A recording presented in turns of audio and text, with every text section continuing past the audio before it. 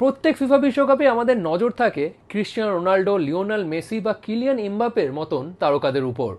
কিন্তু যদি মনে করে দেখেন, প্রত্যেক বিশ্বকাপই জন্ম দেয় নতুন এক সুপারস্টারের বা নতুন এক সেনসেশনের, যাকে নিয়ে হয়তো বিশ্বকাপ শুরুর আগে খুব একটা আলোচনা হয় না, কিন্তু বিশ্বকাপ শেষে দেখা যায় যে তিনি নজর কেড়েছেন গোটা বিশ্বের।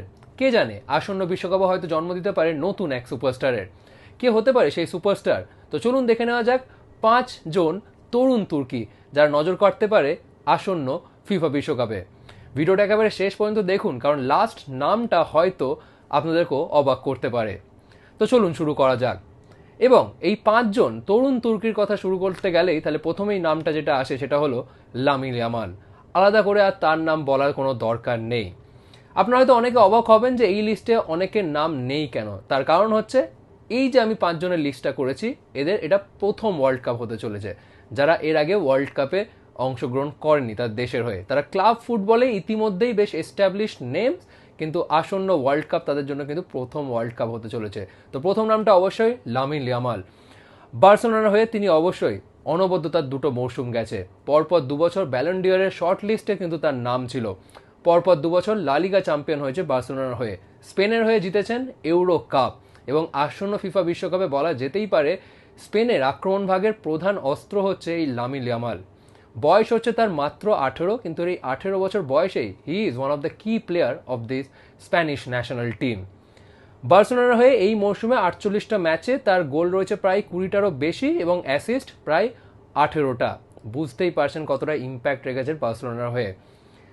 যদিও ওয়ার্ল্ড কাপ শুরু হওয়ার কিছুদিন আগেই বার্সেলোনার হয়ে একেবারে সিজনের শেষের দিকে তার হ্যামস্ট্রিং ইঞ্জুরি হয় এবং তখন কিন্তু বেশ চিন্তার কারণ হয়ে দাঁড়িয়েছিল স্পেনের টিমের।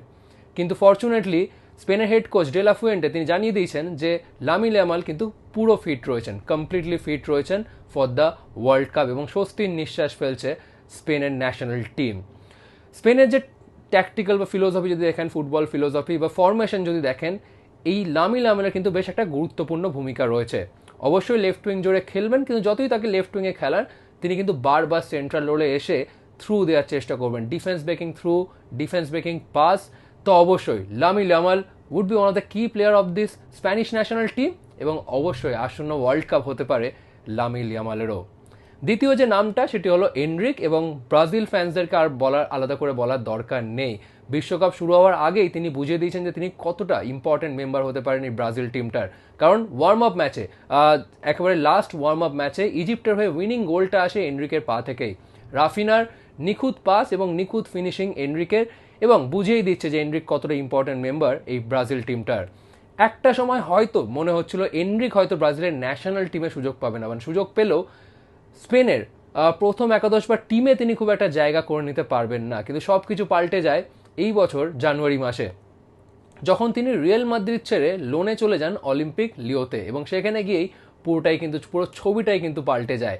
অলিম্পিক লিওর হয়ে অনবদ্য খেলেছেন তিনি, গোল করেছেন, অ্যাসিস্ট করেছেন, এবং তারপরই নজরে চলে আসেন ব্রাজিলের হেড কোচ কার্লো অ্যানচেলোটির নজরে।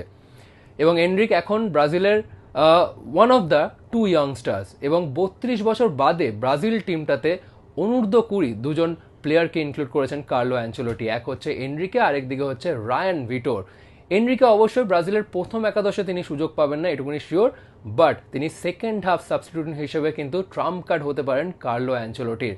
যখন অপোনেন্ট ডিফেন্সের টায়ার্ড লেগ থাকবে, অপোনেন্ট ডিফেন্স একটু স্লো হয়ে যাবে, তখন কিন্তু এনরিকে এসে কাজের কাজটা করে দিতে পারেন ব্রাজিলের হয়ে। তৃতীয় নামটা হয়তো একটু আপনার কাছে অচেনা, বাট যদি অ্যাফকন দেখে থাকেন তাহলে অবশ্যই আপনারাও চিনবেন এই প্লেয়ারকে, ইয়ান ডিওমন্ডে।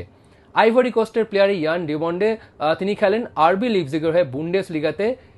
গত মৌসুমে বুন্ডেস লিগাতে কিন্তু তিনি কাঁপিয়ে দিয়েছেন আরবি লিপজিগের হয়ে, তার 20টা গোল ইনভলভমেন্ট রয়েছে। আইভরি কোস্টারে ইতিমধ্যেই তিনি তার প্রথম একাদশের জায়গাটা কিন্তু নিশ্চিত করে ফেলেছেন। আসন্ন ফিফা বিশ্বকাপে আইভরি কোস্ট আবার অনেক বছর পর ফিফা ওয়ার্ল্ড কাপে কোয়ালিফাই করেছে, যদিও আইভরি কোস্ট এখনও পর্যন্ত ফিফা বিশ্বকাপে গ্রুপ স্টেজ পেরোতে পারেনি।